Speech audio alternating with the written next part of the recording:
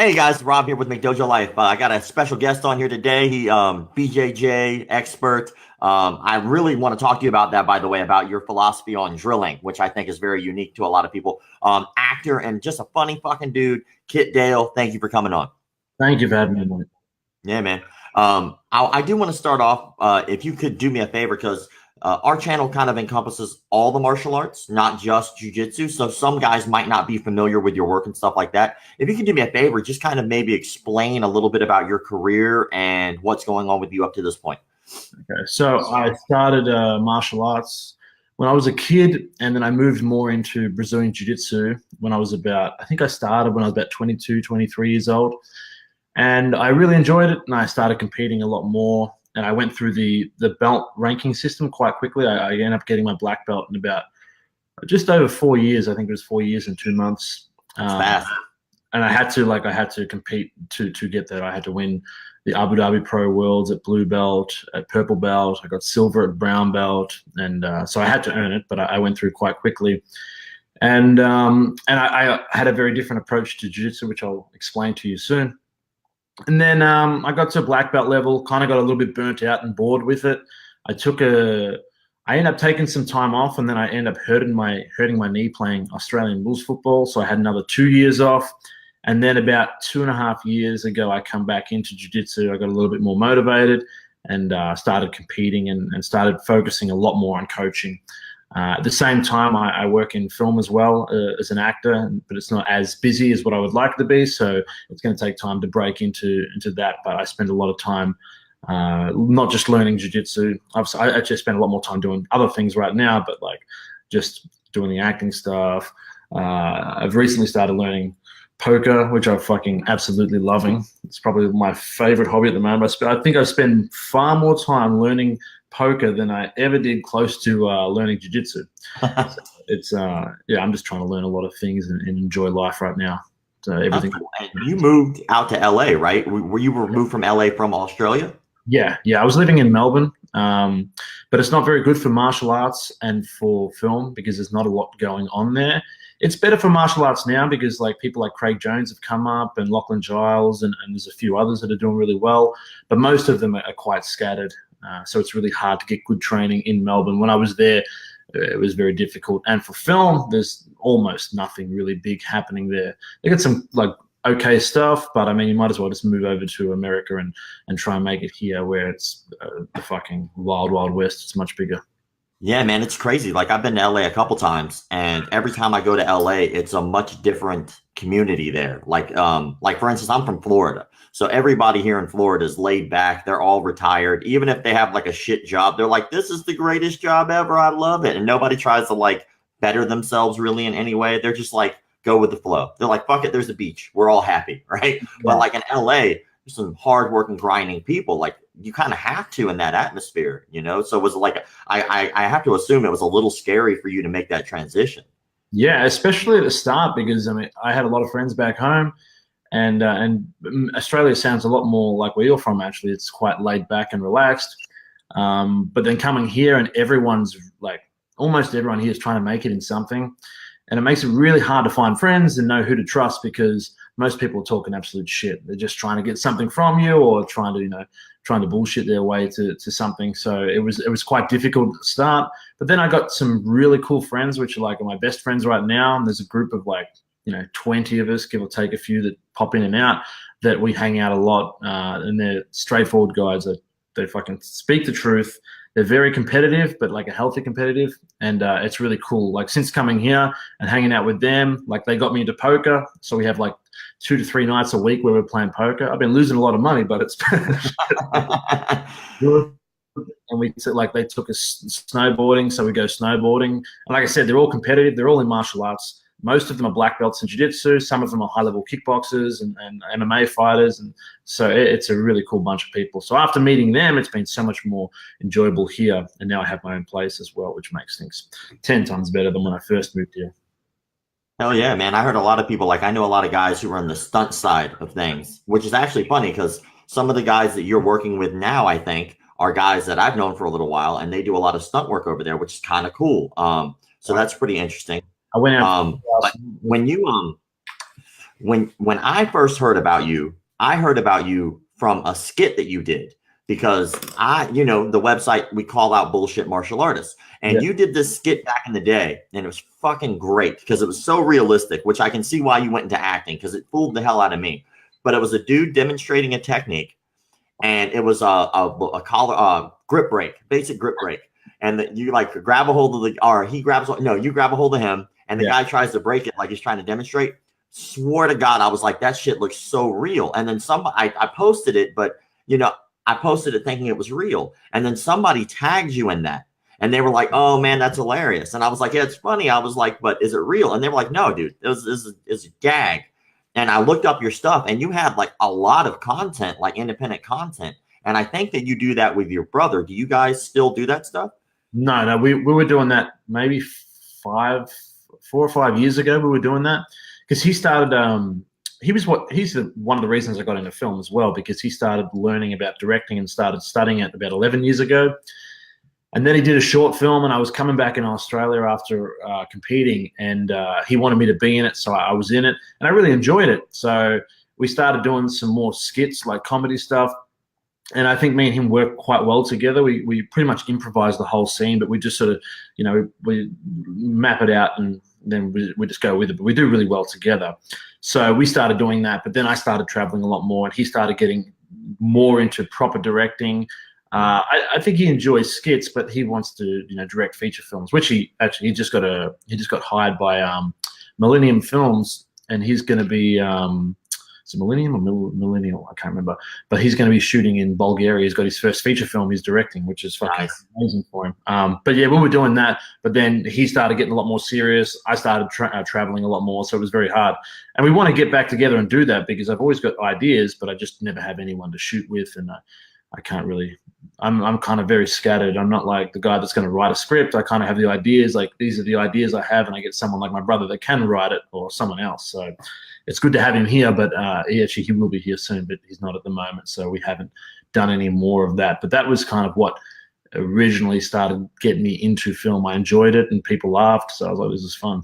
Yeah, that's just like you're a pretty fucking funny guy. Like a lot of your stuff that I see, it always makes me laugh. Like I get it. Because a lot of your stuff previously anyway was jiu-jitsu oriented. So of course, like for instance, there's a video of you. It was like a street fight, and basically you sit on the ground, and I think you just scooted the guy, if I remember correctly. Like that's funny. Like that's funny shit. But what made you actually pull the trigger to actually start going into acting? Because I mean, that's not an easy job. You have to like audition. You have to do all kinds of extra shit. It's not like show up and magic you're an actor. So what made you want to pull that trigger to act? Because you have a feature film coming out, or came out, right? It's coming. Yeah, the fan premiere was in Finland, and they've got the next premieres in where is it? Stockholm, Denmark, and Germany over the next month. And then they're talking to distributors in America and Australia at the moment to find out when they're going to release there. So yeah, it's coming out. It was really good. I watched it, and it was fun. It was kind of hard watching my own performance from 4 years ago. As you can imagine, like even in martial arts, if I watch, the way I competed 4 years ago, I'd be quite disappointed with that. So it was really cool. So to explain how I got into that, this was 2014, or was it 2015? I think I just finished competing in London, and I come back to Australia, and this is where I was just over jiu-jitsu. I had enough of it. I wasn't feeling as challenged anymore. Not that I mean I wasn't getting challenged, because I was. I just felt like from where I was to the top, which wasn't that far, it wasn't really worth the amount of work to get there. And I wasn't getting what I thought jiu-jitsu was about at the time, which I kind of realized it was something else, but it's another story. But I got back home. I ended up playing Australian rules football, and I needed some money because I was pretty much broke. And I started playing Australian rules football with my brother. He was the coach. And I was doing really well for about 5 weeks. And then within I think it was 8 seconds left in the game, I went to pivot, and my whole knee just went and just gave way. I ended up snapping my ACL. I tore my MCL, my LCL, my PCL, and I split the lateral meniscus straight down the center. So I really fucked up my knee. You're running out of letters of the alphabet. That's a lot of shit to break.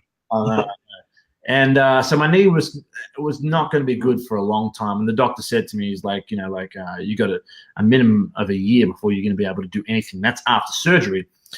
And at the time, I had no money to get surgery. I didn't have private health insurance. So I basically was on a waiting list that was going to take, well, ended up taking 2 years. I ended up making money before that. But so I got that news from the doctor, and I sat outside, and I was like, and I was pretty bummed out because I was actually really enjoying football again.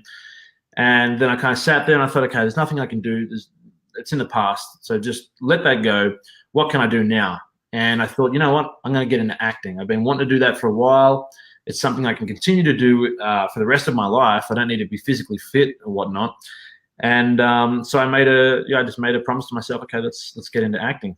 And then from there, I spoke to my brother. He spoke to his friend who had an agent, and I got a meeting with that agent. And we got along really well. He's still my agent now.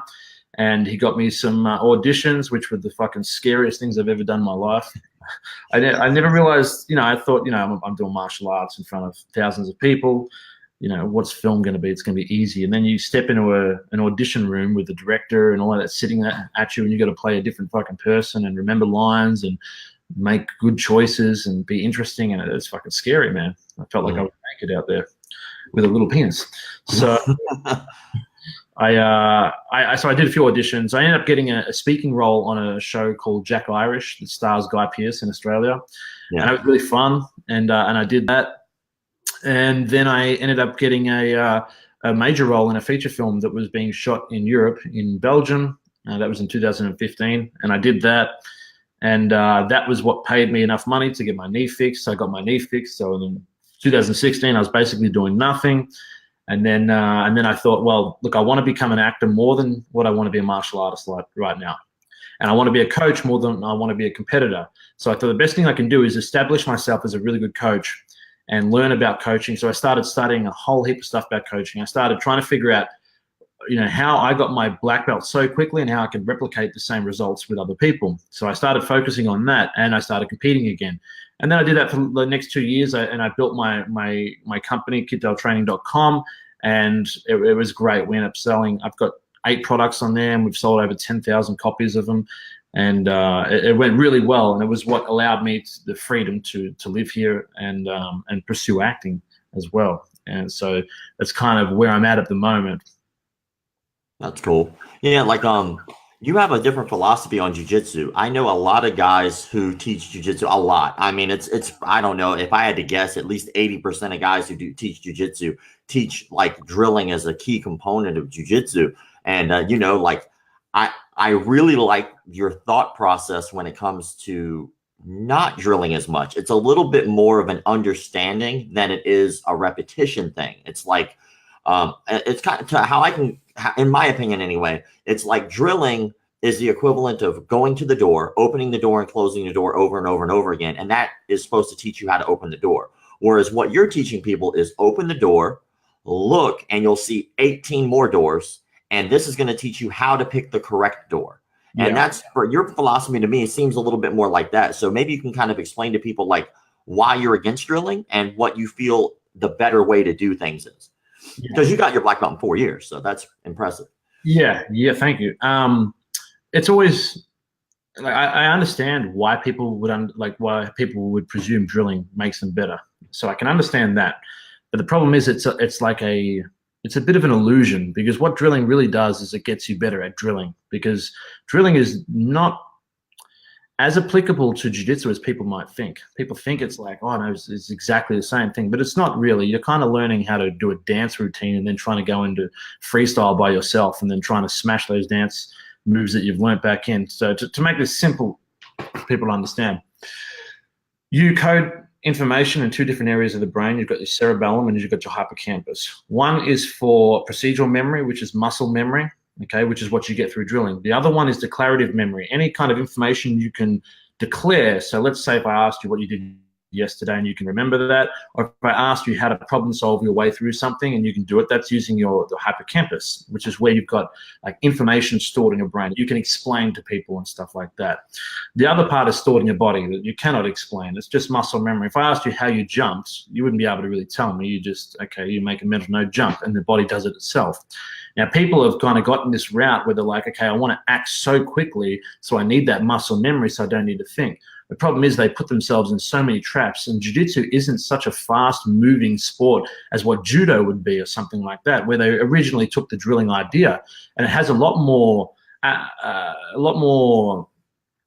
mean, it works well in judo because you have to be super quick on those entries. In jiu-jitsu, there's so much time of just, you can be so slow, you don't need to be so quick. It's much more important to be more calculated.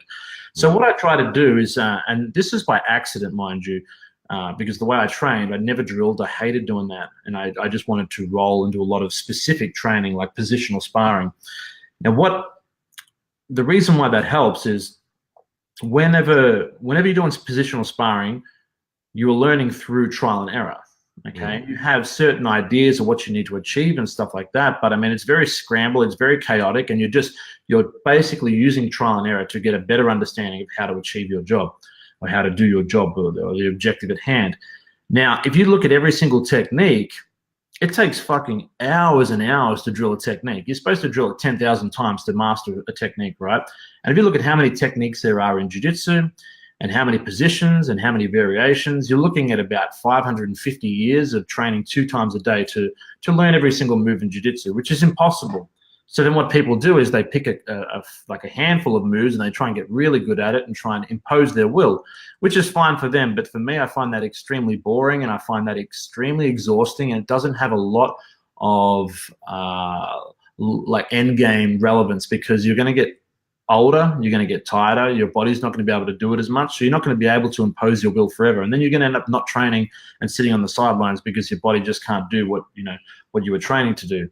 I think it's much more important to understand one thing. You don't need to know every single technique in jiu-jitsu, but you do need to have an understanding of the fundamentals so that you can at least improvise. So what I try and get people to do when I'm first teaching them is I don't sit there and teach them any techniques. I give them an objective and an understanding of what they're really trying to achieve. And I simplify it because jiu-jitsu is a big game. So I try and take it into a small area. Let's say passing the guard or sweeping. So I say, look, this is the guard. This is why you should pass it. And this is where you need to be, side control, mount, or on the back. I don't give a fuck how you do it. And I know you don't know how to do it right now. And I know you're quite nervous, but I just want you to try. And through trying, you're going to start figuring things out. You're going to start figuring out things that don't work, things that do work, and then we can slowly just start implementing some ideas in your thought form. So I can start saying, okay, so what are you trying to achieve here? This is what you really need to do. Give them a bit of a list. Like if you do A, B, and C, you're going to pass the guard. And it doesn't really matter how you do them. You just need to do that. And that's kind of the way I train them. And then by the end of the session, they say the same shit. They're like, man, I feel like I've learned more in this one session of like playing here than I have in the last 6 months of jiu-jitsu. Because instead of just learning techniques that they're going to forget in 2 weeks' time, they're developing an actual understanding of what they're trying to do. So what I try and give them is an understanding of the principles behind the techniques. If you look at sweeps, for instance, you can learn 1,000 different sweeps and it'll take you a long time. Or you can understand what it is you're trying to achieve when you sweep. What is it that makes every single sweep work? And it's 2 things. You're taking away your opponent's ability to base in a certain direction, and you're generating leverage to move them in that area. If they're a tabletop and they've got a post here and you remove their post and you push them that way, what's going to happen? They're going to flip over. And that's all you need to do. Of course, you need to become more crafty at hiding, figuring out ways of hiding it, which I have concepts for that. But it's a very simple job. And if you can focus more on that and then get so good at improvising and figuring out ways how to take people's posts and sweep them, or how to let people take their own posts and sweep them and stuff like that, you're going to become far better at sweeping, and you're going to become far more flexible in your approach, which is very hard to predict. You don't want to be super predictable. I'm playing poker at the moment, and that's one of the things I try and work on the most, is changing my approach consistently. Sometimes I'll play tight, and then sometimes I'll play very loose. And the moment they realize I'm starting to play loose, then I change it again, because I always want to keep them guessing. And that's the same thing with when I'm doing jiu-jitsu. So to relate jiu-jitsu to music, You can learn. This is the way I learned to play guitar and piano. I learned how to play people's songs. So it took me like 5 years, and I learned how to play 100 songs. So, and that's a lot of fucking work. Do I understand music? Hell no, I don't know a fucking thing about music. If people started asking me to play my own songs, I wouldn't know how. I don't understand anything about it. What I should have done is what my friend did. He learned the blues scale, which is a certain scale you learn how to do. It's not a song, it's like a scale. But what happens is you realize that 97% of songs were created off that blues scale. It works with that blues scale. So if you figure out that like underlying scale, you can play almost anything, because you can start hearing things, you can start improvising, etc. And the same thing is in jiu-jitsu. You've got to find what those scales are, and then you can just improvise and play around, and you'll get good naturally. So that was kind of like what I started doing with jiu-jitsu. Is I just started using trial and error, figuring out common denominators that kept popping up, like how to sweep everyone, how to pass a guard, what you have to do, but just as principles. And then I winged it, and I made a lot of mistakes, man. I used to try and do dumb shit and weird shit, but every time I did, I learned from it. It's kind of similar to, I just started learning snowboarding, and within 3 sessions of snowboarding, the people that I'm snowboarding with have said, you look like you've been snowboarding for 6 months. And I think a big reason why is I understand that when you're learning something, you're going to fucking fail a lot. And I have no fear in failing. I think I fell off the snowboard 600 times probably. And lucky I do jiu-jitsu and wrestling, so I'm sort of used to falling. But I made every single mistake you can make. So what people take usually 6 months to make, I did it in fucking three sessions. So then I learned from that. And I think jiu-jitsu is very similar if you take that approach, but people are trying to start perfectly. Okay, tell me how to do this perfectly, how to do that. It's like nothing is perfect. Nothing always works. Something that can work, can't work. There's no right or wrong technique. You just got to go in there and fucking make 100 million mistakes, but learn from them as much as you can. And you'll get far better than if you were sitting there drilling, someone else's perfected technique, which doesn't exist anywhere.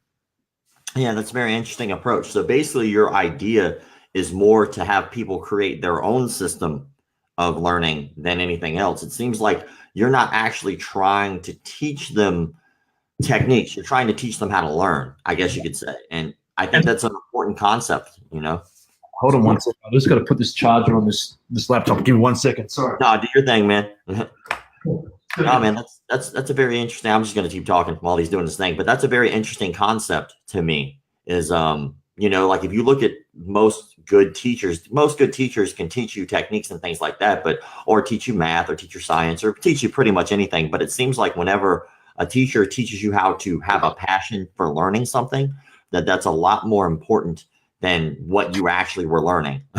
Like whenever you're trying to work on whatever your homework may be for school, or if you're trying to work on learning how to swim or any of that shit, I think it's important to establish a passion for learning more than anything else.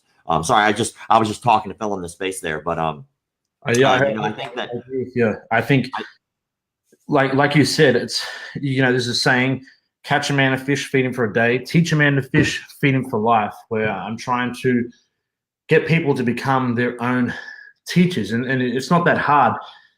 I'm puffed, I had to run down the stairs. People think jiu-jitsu is a lot more complicated than what it is. And that's because most coaches overcomplicate jiu-jitsu, and they make it look so complex. And what I'm trying to do is make it look so fucking simple and show people how simple it really is. There's a lot of people that have done it before me, but it's not easy because it's hard to articulate. And there's something that you said that I wanted to elaborate on, but I can't remember what the fuck it was.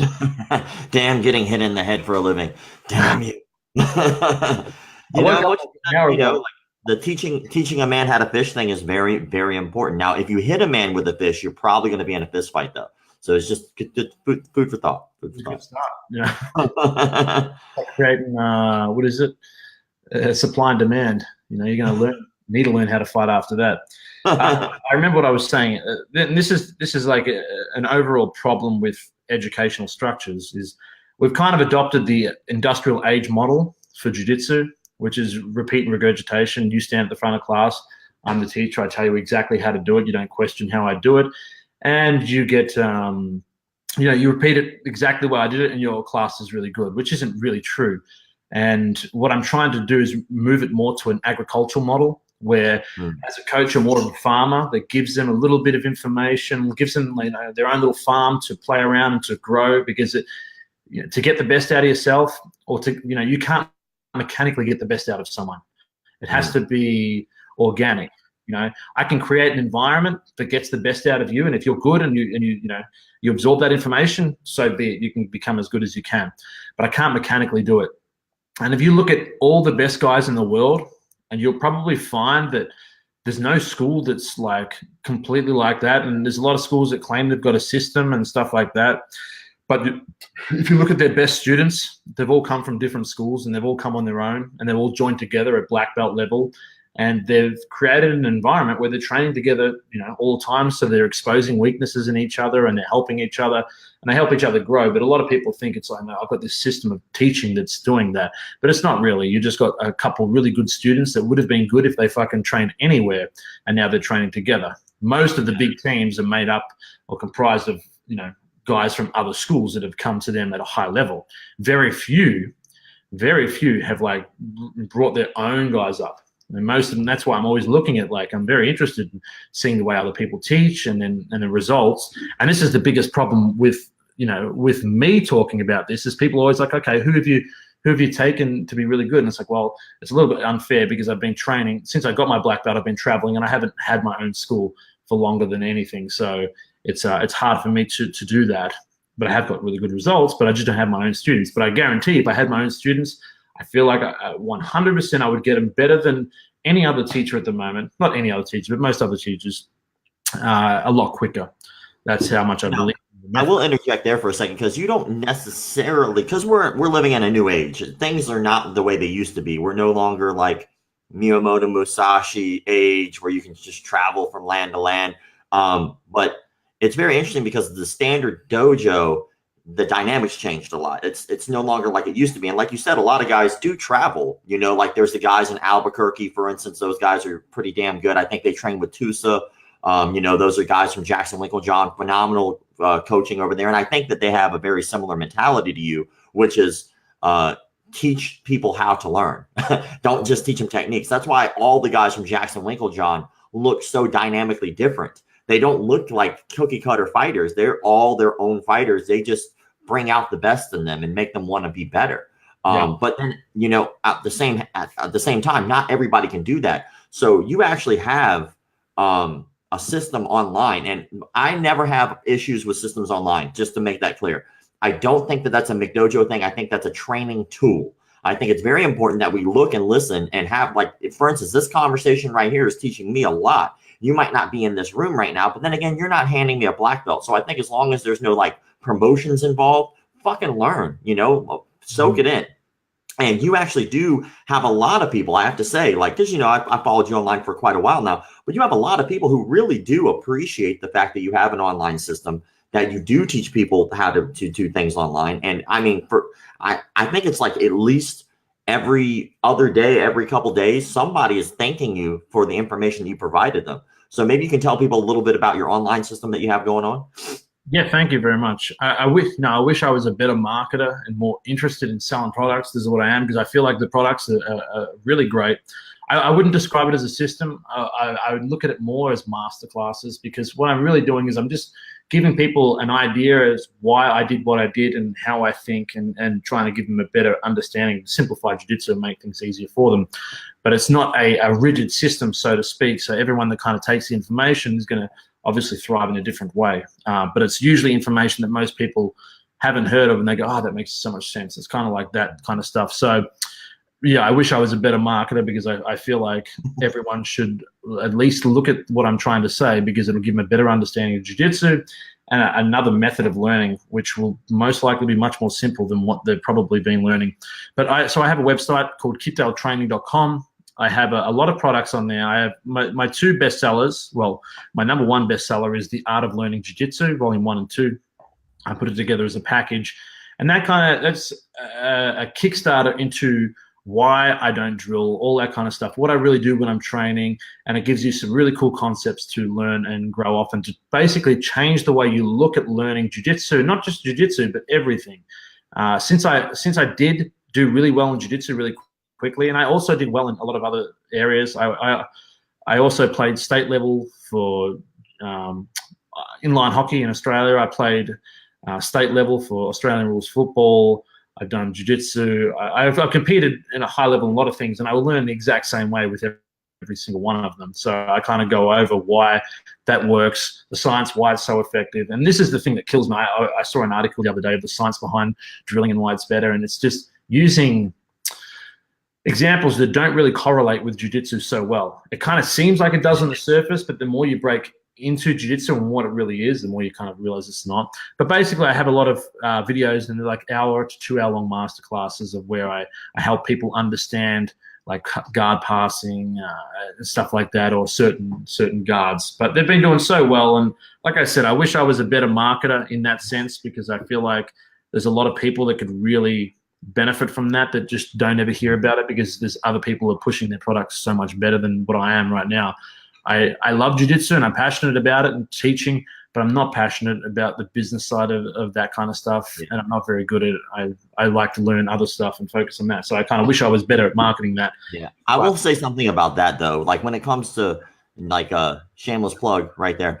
When it comes to marketing and things like that, one thing that I've noticed is because I went from I don't know. I think I started with this page. I think I started with like 300 people right off the bat. And that just happened to be people that I knew. I was like, you got to go do this page. It's something I'm trying to build. And I think that the biggest thing about marketing that I've learned of anything is just to unapologetically be yourself. If you are unapologetically yourself and people are like, oh, you did this. Like, yeah, I did. And they go, oh, you don't care? Like, no, motherfucker, I don't care. Like I did that. And then people respect that. And what happens is you tend to draw more people who give a shit about you because it's organic and it's real. And you tend to like push away the people that are just kind of riding coattails, or the people who are just there for entertainment purposes. But people who actually give a shit about you will follow and be loyal and do it for you. You know, like it's been very fortunate to be able to have the platform, this particular platform that I have. I think the only reason that it really grew, it wasn't without, I've never paid a dime in advertisement for this ever. And I never will, because fuck that. Like if people like it, they'll like it and it'll share. And if not, then it won't, you know, like people have to give a shit. If they don't give a shit about the martial arts, or they don't give a shit about the cause that I'm trying to do, which is keeping martial arts as legitimate as humanly possible, then they won't give a shit no matter how much money I shove into it. So I think that it's important that you realize that the people that follow you fucking follow you, because in my opinion, the reason I follow your page in general is because you seem to be unapologetically yourself. You don't really seem to give a shit about what other people tend to think about the product that you're pushing out, which really is the product of yourself. I mean, if you think about it, the comedy, the training, the acting, it's all you as the brand of you. But what I think it happens is it inspires people to not give a shit, and it inspires people to fucking fail and to go out there and put themselves out there. And it's okay to laugh at yourself. And it's okay. Like, for instance, like your jiu-jitsu concepts are what strike me more than any accomplishments you've ever had in jiu-jitsu. As a matter of fact, if you were a fucking purple belt in jiu-jitsu, I wouldn't give a fuck. I would still want to go learn from you, because I agree with the things that you said, not the accomplishments. Because I think a lot of people in jiu-jitsu fucking ride that shit to death. And that's where you get that fucking ego. Oh my God, well, I am fourth degree, especially Brazilians, dude. Like, no offense to all the Brazilians, but man, come on. Like, you're a fourth degree black belt. You won Abu Dhabi's fucking 10 years ago. And then now you're like we're supposed to bow to you like you're a god some way when you walk in the door, when you treat everybody like shit. I've seen plenty of that. And it's like, I don't respect you because I don't feel like you're being genuine. I think that you're being a fraud, and I think that you're trying to use your power to like demean and degrade people. And there's no fucking respect in that. There's bullshit, right? But I think when someone comes along and is unapologetically themselves, and they put themselves out there to the world, and you know, you seem to have an entrepreneurial mindset where you're trying a whole bunch of different shit, and you are putting it out there that you're trying it, and we may, as the people, see you fucking fail. We may see you suck at guitar. We may see you suck at trying to learn how to speak English without your accent. You know, like I personally have seen that shit over the years, you know, like, but I think that what it does is it puts a little fire under your ass to be a better human being, because you do put yourself out there, and you know people will call you out for it if you don't try your best or if you don't push yourself. And I think that more people need to do that shit. Like, just put yourself out. Who gives a shit if people see you fail? no one's going to remember it tomorrow. You know, you might as well. But I mean, I'm just saying that's why I personally respect your stuff. It has nothing. I could give a fuck less if you're a BJJ black belt, or you could probably submit me a million times. But what I respect is the way that you put yourself out into the world. I think is a very positive thing for people to pay attention to. I agree with you 100%. I think you're touching on something much bigger than you. And it's like not really giving a fuck what people think. So many people are, you know, they live their life pretending to be something they're not, especially with social media these days. I mean, I can go through a girl's social media account, which I do often, on Instagram. And I can tell you within 4 minutes about whatever her insecurities are just by the way she's filtering what people get to see of her. And I know guys do the same thing. Guys do it more in a kind of happiness way and try and look cool as fuck. I know some of these cats in jiu-jitsu, they're not that cool. And they're like walking badass with these fucking captions, man. I'm like, motherfucker, I know who you are. You're not like that. And you're a little kid in real life. Just be who you are. It doesn't matter. You don't have to pretend to be something else. And I think it creates such a suffering in people's minds because they know that every time they meet someone in real life, that person is just like, hold on a second. I get these people always like, man, I thought you were taller. I'm like, I'm 5'9", man. And people think I'm taller for some reason. I think I figured that out why, but it doesn't matter. I'm taking my hands down here all the time.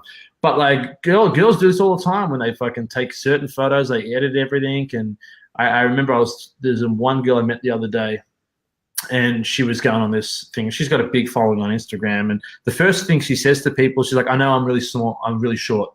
Because she doesn't look short in her photos, but she's really tiny in real life because she wants to try and look tall in the photos. But every time she meets someone new, she's like, oh, no, I'm really small. And it's like, man, imagine the suffering that people have, like especially girls that fucking do themselves up with a lot of makeup and they're constantly filtering what they look like online and then know that every single time someone sees them, they're going to see who they really are and they're not. And guys are the same thing. Like, okay, maybe the guy pretends to be fucking loaded and rich on Facebook, but really he's fucking struggling in real life. And people are trying so hard to be something that they're really not. And I think it's bringing so much suffering. So what you said was perfect. And I think that was the biggest reason. Like I was more on Facebook than Instagram. And I grew my Facebook organically to about 650,000. And then Facebook kind of died. So it was a big waste of that. But it was the exact same. I was just being myself and I was just recording what I would like to do. If people like, you know, what I do, so be it. Some people don't. Some people I meet, there's a certain type of people that I meet that I know don't like me like quite quickly. They're usually quite liberal people. They're usually quite sensitive. And I kind of like, I don't really give too much of a fuck about sensitivity. Like I'm not an insensitive prick or anything, but if I want to know something, I'll ask you. And I'm not afraid to be like, talking to them, hey man, are you happy with the way you're doing things? People are like, what do you mean? Of course I'm happy. And they feel like you're attacking them, or, you know, I could say, how much money do you make a year? And people be like, straight away, like, none of your business. You know? Like, who gives a fuck? You know, we're helping each other. I'm trying to, like, if I want to learn from someone, I want to make sure, well, first of all, I get all these fucking marketers telling me, oh, I'm doing this and that. Like, can you show me a bank account? And you're like, what? Like, yeah, it's cool. It's cool that you say that you make that, but can you show me? Because it'd be nice to have proof. I never do. You know, I'm fucking super transparent. I used to post last year. I'd always post like how much money I was making. I was trying to motivate people to get into selling products online because it's fucking a really good way of learning. So I would show them and I wouldn't bullshit. But you're right. So many people are not themselves, and I think the ones that are really doing well are the ones that aren't afraid to be themselves. And I think America is actually quite good like that compared to Australia. Australia is so conservative and worried about what people think about them, and they don't want to be too big, but they don't want anyone else to be too small. Where you come to America and it's like, people don't really care that much. They're just walking. I see guys walking around fucking yelling weird shit in the streets. That's LA, dude. Yeah, it might just be more LA than anything. A homeless lady tried to attack me the other day. I don't know what the fuck was going on with her, but... Dude, man, like there was a dude when I was in LA. I was walking to the comedy store because I wanted to see some comedy while I was there, and there was a lot of good people who were playing. And I'm walking down the street, and there's a guy yelling, like I don't know, he was probably 30 feet behind me or so. And at first, I just thought he was yelling, like in general, like he was just yelling at something.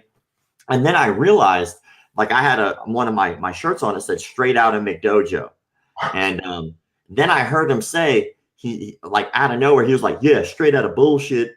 And I was like, oh, he's talking to me. I was like, okay, well, I'm not going to let a crazy guy who obviously has some type of an issue be behind me where I can't see him. So I walked over to the side and I just stopped. I fucked around with my phone. I didn't let him know. I wasn't staring at him or trying to have an altercation. I just wanted him to pass me. Yeah. And then, but as he passed me, he shut the fuck up. He didn't say a word when we were in striking distance. He just real quietly, because I look nerdy as fuck, I know, but at the same time, like, I will still fucking kill you. But the guy, he like slowly walks past me, and then he waits until he's like another 30 feet ahead of me, and then he starts yelling shit again. I was like, what the fuck? I'm from Florida. Most of our homeless people are just homeless people. Y'all got some crazy ass homeless people up there, man. Like, it's weird.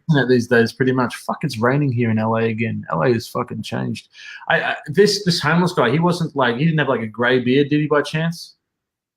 No, he had like a suitcase with him. So I thought he was like a tourist, but he wasn't. That was his case. And he was like a tall, skinny guy. If I had to guess, he probably had some drug issues.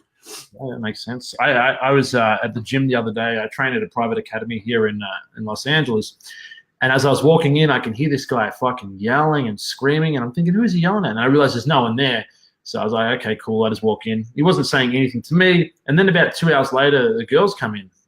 And two girls like, kid, who's that fucking guy outside? He was yelling at us and shit. And they wanted to leave. I was like, okay, I'll come out with you. I'll drive you guys where you need to go.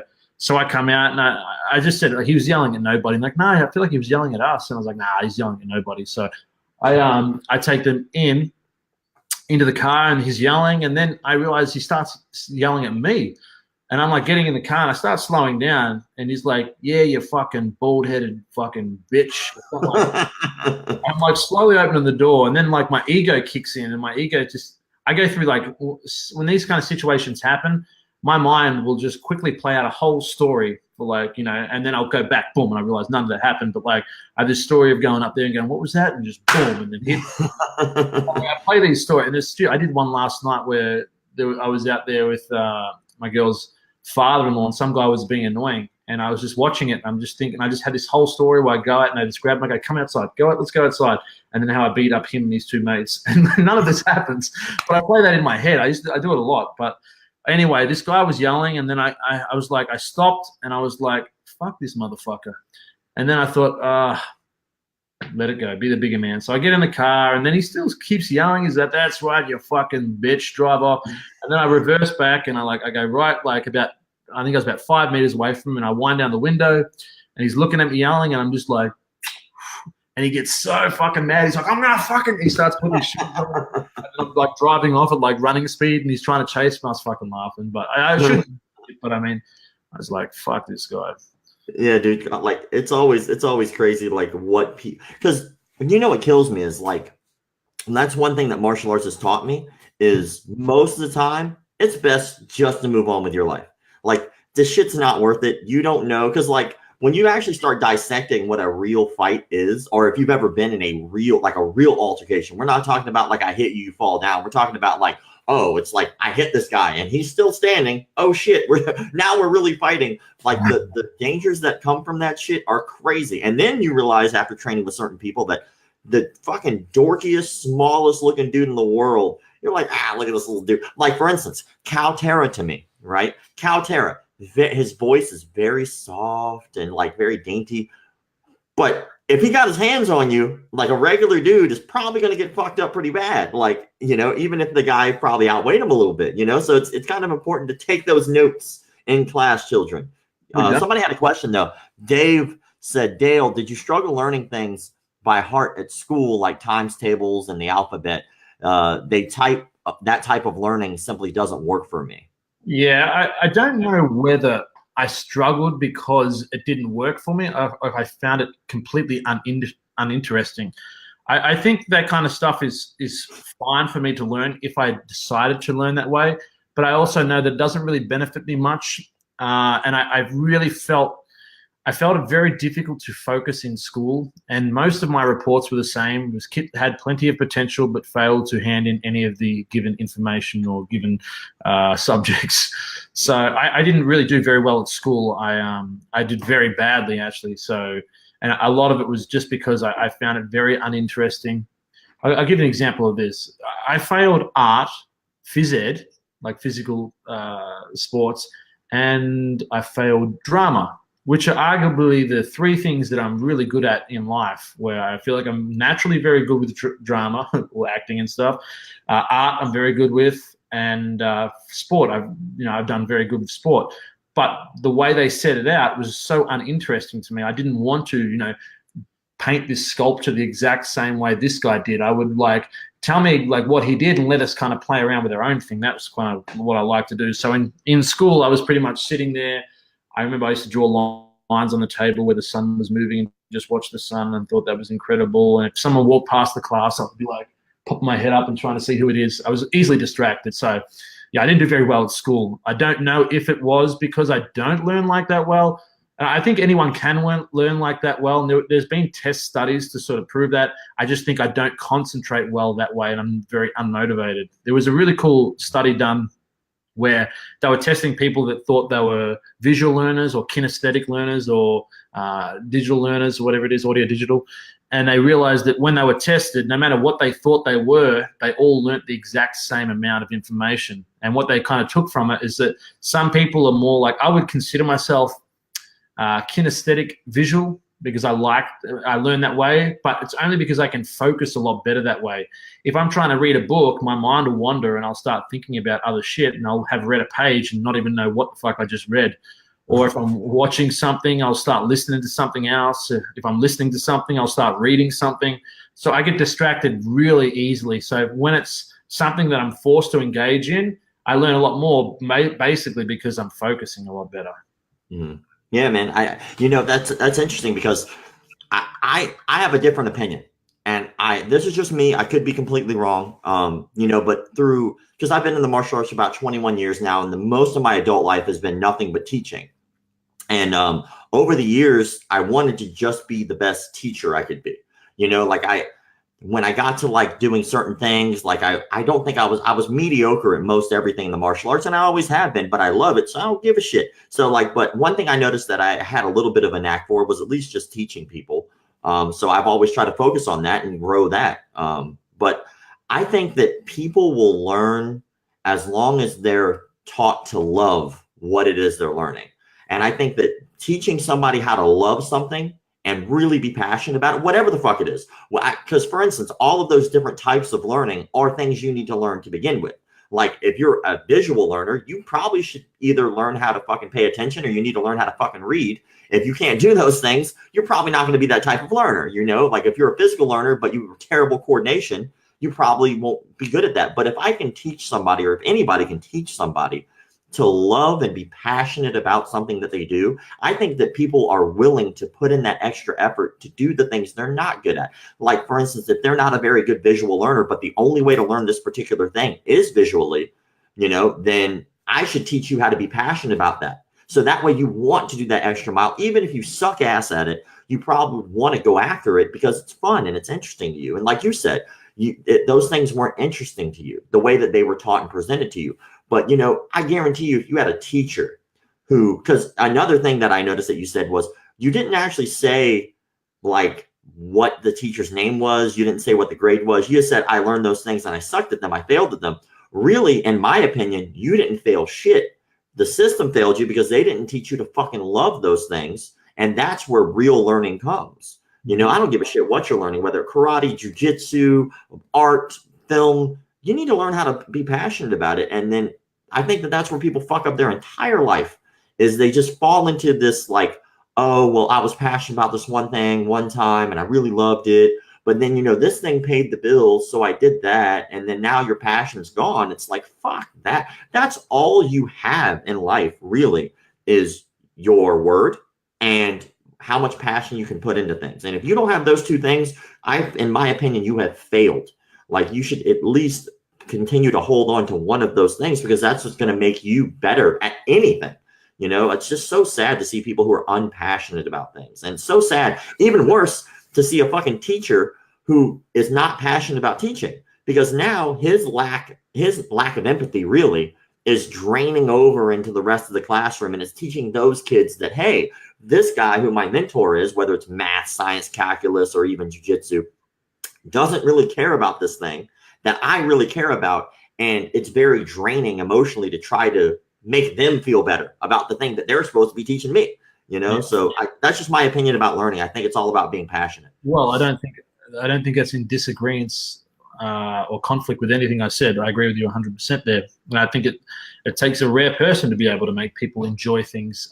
I think in my life, I think the biggest problem that I've seen within myself and other people is that people don't know what they want to do.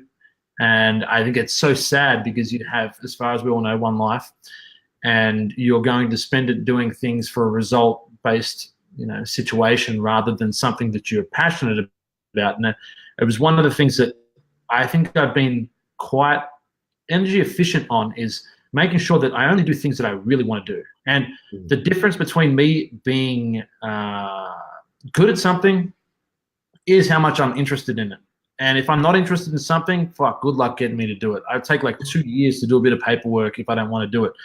But if I wanted to learn something, I could spend, like when I'm passionate about something, I could spend all fucking day. And I go through phases of what I'm really interested in doing it. But if you look at the underlying principles of what I get out of it, it's usually always the same. It's something that's creatively challenging, also rewarding, that, has a big part of problem solving, and it's difficult to do. I think like those are the kind of things that I get so much reward out of. And that's why like I'm really like at the moment I'm so into poker. And I've been studying it like fucking so much, and it's a simple game, but it's the things that I love about it. Is the whole thing is about deceiving. You're in a game where there's a big element of luck on cards, but I mean what dictates whether you win or not is your ability to manipulate your opponents, your ability to send them signals that you've got a good hand when you've got a shit hand, or a shit hand when you've got a good hand. And there's so much reading going on and so much deception I find, and so much problem solving. I find that completely fascinating, and I think it's something that's also quite financially rewarding if you're good at it. Like I won a game the other day, and it's like, okay, I won $1,000. Like, yeah, okay, cool. And then you go again, and I think in a year's time, my goal financially would be to win something around the $200,000 mark. But I'm not doing it just for the financial thing. I'm doing it because I actually really enjoy it, and that's why I'll end up getting so good at it that I can make money off of it. But I think, like you said, a big problem with people is they're not passionate about things, and they spend most of their life doing things they don't enjoy just to make enough money to continue doing things that they don't enjoy. Where I feel like very blessed that I've created a lifestyle where I pretty much do what I want to do most days. When people say, like, what do you do in your day? I'm like, it depends on what I feel like doing. Like this morning I woke up and I'm doing a podcast with you. After this, I'm going to go to a friend's place that's watching the fights. We're going to play poker today, and then we're going to go to, I don't go to clubs, I don't drink or anything, but we're going to a club tonight for his business's birthday. He's got a cool gym in LA called, what's it called? Fuck me. I forget. I've only been called Fuck Me. That's the strangest name of a club I've ever heard. Prevail Boxing. It's really cool. I went there the other day, and it had a really cool system and business, and it's for boxing. There's a lot of beautiful girls going there, and models and stuff. So if there's any single guys, you should go check that out. But yeah, either way, like every single day is different. What am I going to do tomorrow? I don't know. I might go to the snow. I might do whatever I want. So I just depend on what I want to do. But I pretty much surrounded myself and created a lifestyle of doing things that I'm super passionate at or super passionate with. And when I mean, to a certain extent, I think whenever someone's passionate and they have an intelligent approach to what they're doing, they're going to get really good at it regardless. And eventually you can make good money doing what it is, that you're interested in. When I first quit my job, I had a job, and I quit that to do martial arts. People are like, you're crazy. All my old friends are like, man, he's nuts. What are you going to do? He needs something behind him. And it's like, get a real job. The amount of arguments I had with my dad, like, get a fucking real job, you fucking loser. And I'd be like, this is a real job. But I knew it wasn't making much money. But I love doing it. And I knew that, eventually I'm going to get good enough to make money. And then last year, I made the company made $397,000 just from the website alone. So nice. And I think I take 75% of that. So it was a real, and I don't have like things that I need to pay for. So it was really good. And I just felt like it was so motivating. It's like, yeah, see, you work hard at something, you spend a few years doing it. And it was like, that's 6 years of doing that. It's not that long. You know what I mean? And the 6 years that I fucking enjoyed it, and then you can make that much in a small period of time. And I believe that if I really wanted to, I could have made $1 million this year off that. But I'm passionate in learning other things, and I kind of want to move. I mean, I still will train jiu-jitsu and I still will compete, but I mean, I compete right now completely unfit. I do it just because I enjoy it. I've still been doing well at it. I got to the quarterfinals this year. I lost to Josh Hinger in the quarterfinals by an advantage. Josh destroyed it all the way. I felt like I could have won the whole thing, and I felt like I was winning that match. And that's without being super fit. And I think the methods of what I'm teaching speak for themselves in that sense. If I was highly motivated to win competition in jiu-jitsu, which I sometimes wish I was, because I know that I could just win it and just go, okay, at least I won the Black Belt World Championships. But for me to do what's necessary to do that, and I'm far more interested in other things that I see a lot higher scaling in. You know, like I said, if I get this much better in jiu-jitsu, I could win a world championship at black belt. But what's that going to do for me? How's it going to fulfill me? It's not really going to at all. It might just be good for marketing. But with acting, it's like, okay, if I become the best actor in the world, that changes a lot of things. Not only, you know, let's say in jiu-jitsu I become the best, I get another 300,000 followers, and I can help, you know, a small percentage of people. If I become the best actor in the world, I can help billions of people. And it doesn't mean I can help them financially or anything like that. I mean, I can help them by, you know, I might be able to teach them something I know, or help them, you know, achieve certain things they want. So I think the scaling in acting and stuff like that is far greater, because you can touch a lot more people physically. And yeah. I don't think that people really understand that in the martial arts community as well. I think that's why a lot of martial artists, like, their businesses fail, is because they think within this little small bubble of their mat. You know, they're like, I am the greatest here in Wyoming, in this particular city, in this county. Like, that doesn't mean shit to most people. It's like, what are you doing to better yourself? Because more eyeballs on you, more students you have, more viewers you have, more followers you have, more fans you have, the more influence you have, and the more you can really actually impact people's lives. So I think that's a very noble thing. But at the same time, of course, it's not like it doesn't help you financially. You know, it's like everybody wins. Yay. Yeah. It's either way, it's a win-win. I think what you just said then was pretty spot on. Like, people, I think one thing that stuns people is they become attached to an identity. And this kind of slowed me down for a while when I was doing jiu-jitsu, and I got attached to being good at something. So my vision of myself was this guy that's good at jiu-jitsu. And then it brought me so much stress and suffering, because I didn't want to compete, because I didn't want to lose, because I didn't want to fracture that image that other people had of me. And it's a sad little world, and it's kind of realistic to a sense, because people do judge you on your, you know, competition and stuff like that, and they love you. I mean, when I was first coming up in jiu-jitsu, like, I had so much more people talking about me in jiu-jitsu, and like, oh, this new guy is coming up, blah blah blah. And then, you know, you lose one match or two matches, and the people don't give a fuck about you. And it's a ride for people, because you become attached. Yeah. And I look at, like, Craig Jones right now, that is a friend of mine that's going through the same thing, and he's going even a bigger one, because submission grappling and leg locks is such a flavor of the year at the moment. So he's riding a really big wave, but eventually he's going to come off of that, and that really puts people through a tough situation where you've created this identity, and people love me, and people think I'm the best, and they're posting all about me, and I've got all this attention. I wake up to 100 messages. And then suddenly that slowly dies down, and then you start thinking, like, fuck, man, like, you feel like your image of yourself starts to deteriorate, and you start looking for certain highs with alcohol or drugs and stuff like that to, you know, to bring yourself back on that same feeling you had by people appreciating you. So it's a little bit of an inward journey that it's going to always be up and down. And I think it's really important not to identify as anything in that situation. And that's what helped me compete again, because I stopped really caring. I was like, hey, I don't give a fuck what this guy thinks of me, and it doesn't really matter. They have no control over my life, so I'm just going to go compete. And if I don't do well and I don't win, and this guy thinks I'm shit, who gives a fuck? You know what I mean? I'm out there enjoying my life. You know what? My instructor told me something that helped me out tremendously, and it just goes along the lines of what you just said. It's almost the exact same thing, just phrased differently, which is, you know, no one's going to remember how many times you got submitted. No one's going to give a shit. Like, if you get submitted on the mat tomorrow, nobody's going to come up the next day with a notepad and go, submit it again, bitch. Like, no one cares. Like, you all move on with your day. Like, the fact is that everybody around you is failing at something right now. Everyone you know has fucked something up. Sometimes it's a little thing, sometimes a big thing. but we all fuck up. So Uh-huh. like for when people like, especially on the internet's fucking hilarious to me because like, you know, I didn't put myself online and my face on this for 4 years. And the only reason I did, because I was dreading it. The only reason that I did was because I had to stand in front of the camera because there was a chick versus a dude MMA sparring match that I had put on. And I was like, fuck. I was like, there's no way I could really get away with this without stepping in front and like being like, yeah, this is me. This is what we're doing. And then I did that and I was terrified because I was worried what people would think of me. You know, I was born with a cleft palate. I went through a lot of bullying as a child. I got into the martial arts because I needed that self-confidence. And then, you know, like as soon as I stepped out in front of the camera, I said, fuck it.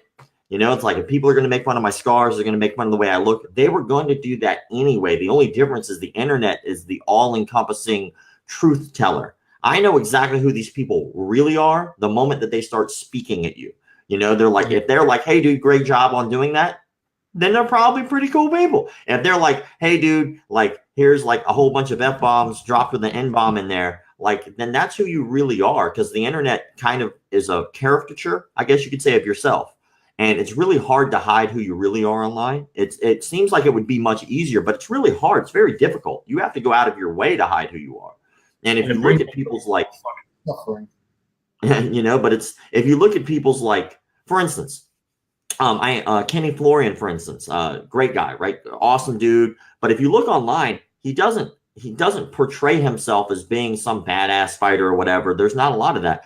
You see photos of his family, videos of him talking about how he's going to go to this kid's birthday party, shit like that, right? Because that's what he wants the world to see, you know? And then people put on fake profile pictures, right? And you're like, supermodel photo, supermodel photo, supermodel photo. And I look at that and I go, something's telling me there's some diabetes in this photo somewhere. You know, it's like, because people always try to project that, you know, but when you see somebody who's unapologetically, you know, like just push themselves out there, like this is who I am, then I guess what happens is people respect that. And the internet did not rip me apart like I thought they would. I get bullshit like everybody else, but it made me have a little bit more faith in the fact that there is a little bit of power that comes with it. But at the same time, there's a lot of respect, and it let me know that most people are actually genuinely pretty good people.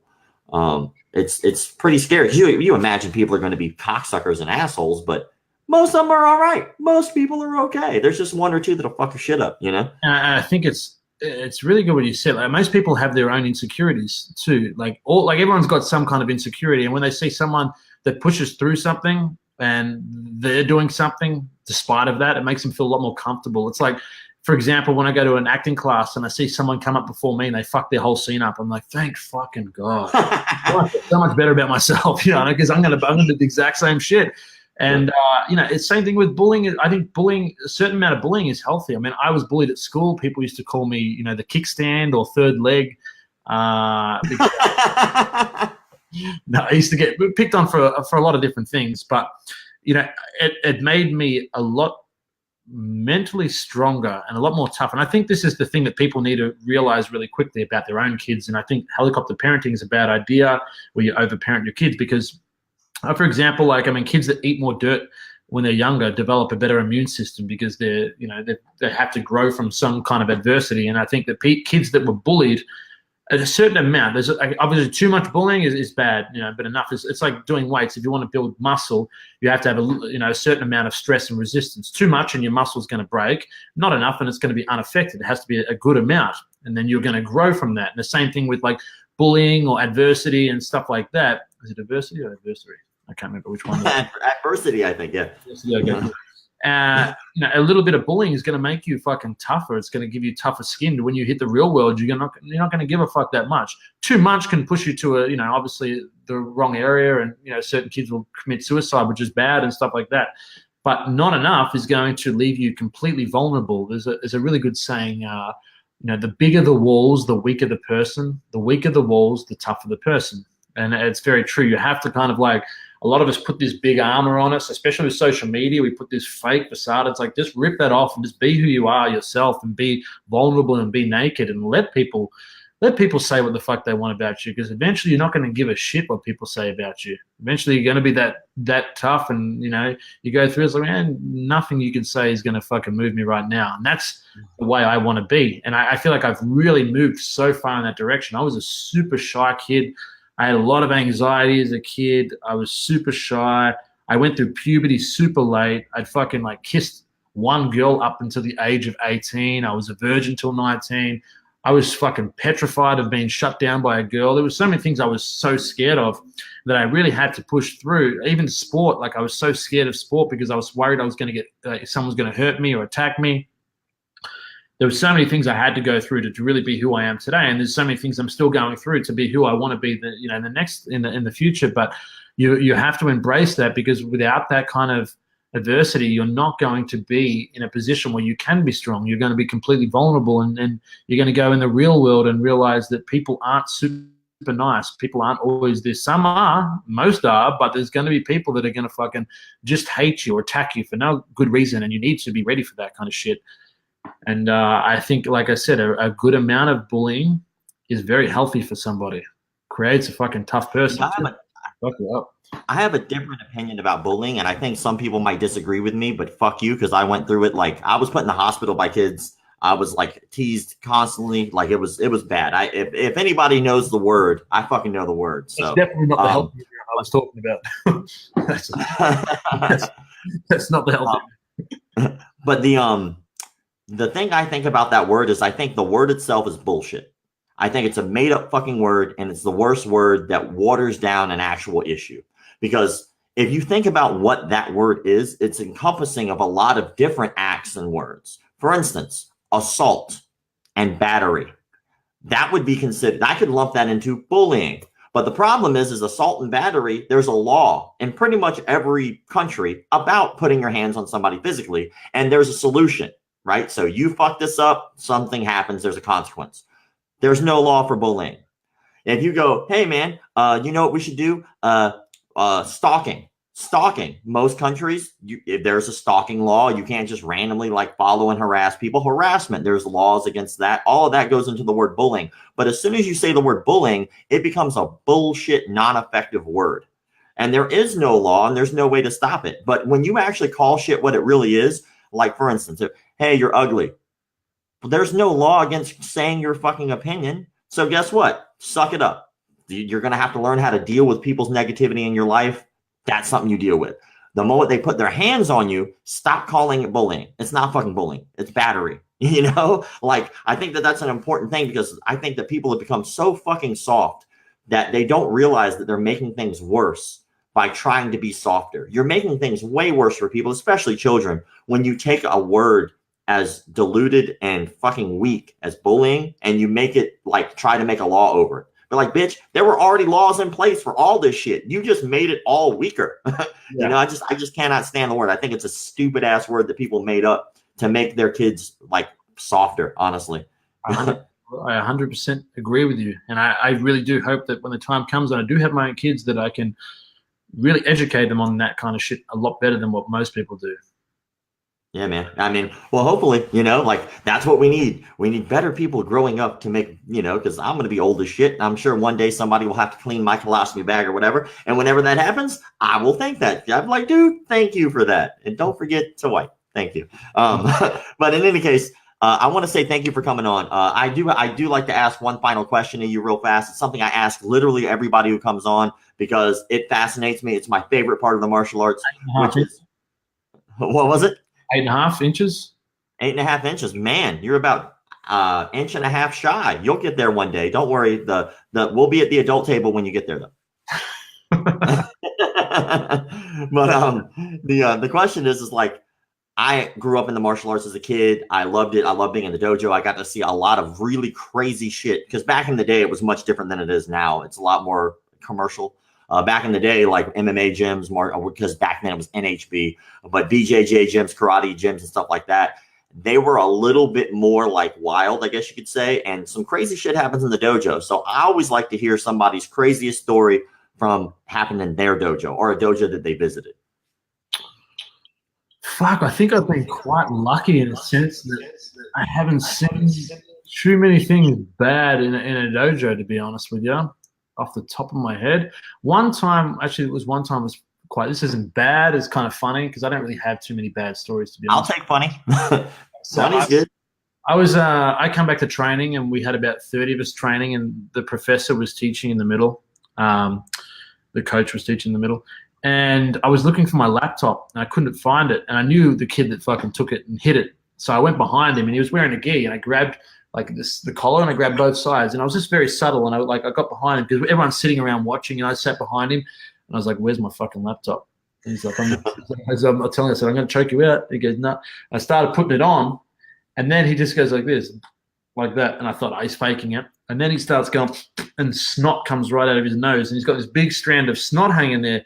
I'm thinking, oh my God, he's fucking for sure out, because there's no way someone would have snot and just leave it. So I grabbed him by the hair and just pulled his head up like that and just faced him towards the coach. And then he come back, he's like, and he doesn't say anything. And he's sitting there watching, and the coach finishes the technique like 2 minutes later, and he just bursts into fucking tears. And I literally choked him out while watching, and then like realized that I actually choked him out, which I didn't want to, and he quickly put his head there and continued to watch. It was kind of funny, but there was one story that I nearly shit myself. I remember that. That wasn't in a dojo. That was in. So I will tell you that. It was the Abu Dhabi qualifiers, and I was in the final for blue belt. So I've been doing jiu-jitsu for about a year, and I was wearing a white gi. And I walked up, and as they're like, Kit Dale from Melbourne, Australia, blah, blah, blah. And I was like, man, I need to fart so bad. And it's really quiet in here. I don't want to fart during the match because everyone's going to hear it. So I tried to do it like a sneaky one while walking, and then I realized, oh, fuck, I need to shit. And I was like, so I like clenched and I tried to pull it back in. And then for the first minute and a half, this guy was all over me because I was so stiff because I just didn't want to shit myself. And then I come back and I pushed through the adversity and won in the end. But yeah, I literally had this vision of me just shitting myself and my white gi going brown. And I was like, fuck. That was fucked up.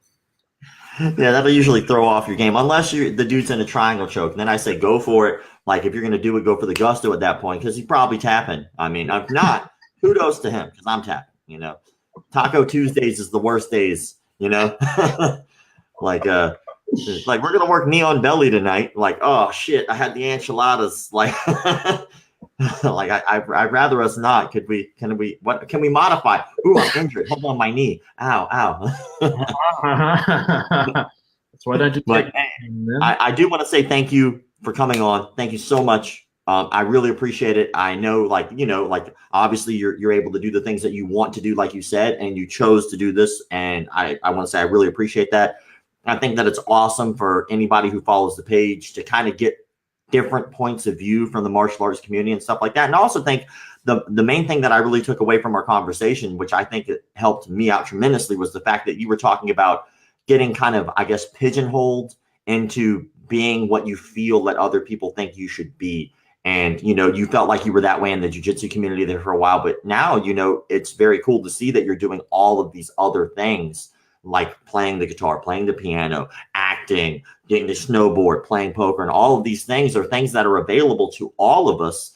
You don't have to just do the one thing and consider yourself that one thing. You could be whatever the fuck you want to be as long as you just have an inclination to do so, And you can be good at many fucking things. It doesn't take as long as what people think to be good at something. Just you need to kind of figure out how, the art of learning, so to speak. When you figure that out, then you realize you can learn things so much quicker and you can do multiple things at a very good level that can be financially rewarding to you as well. Yeah, man. Real fast before we go, if you could just kind of plug whatever you have going on or what people can look for, like that you have coming up, any of that stuff, it's your forum. Just let them know what to do. Yep.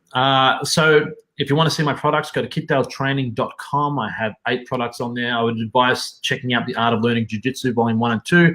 Otherwise, follow me on Facebook, Kit Dale, Instagram, Kit Dale it's Kit_Dale_official, Twitter, and my new movie, Iron Sky, The Coming Race, is coming out this year sometime. But yeah, check out my pages to get an update on when that comes out. Otherwise, thank you so much for having me on here. I really appreciate it. It's been a lot of fun, man.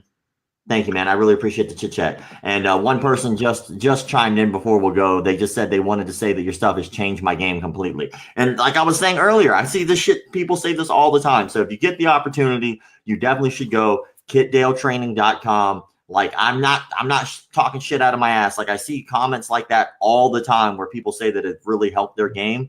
I just say thank you for what you're doing for the community and thank you for helping keep it legit, man. Thank you. And thank you, Shade, for that comment. Appreciate it.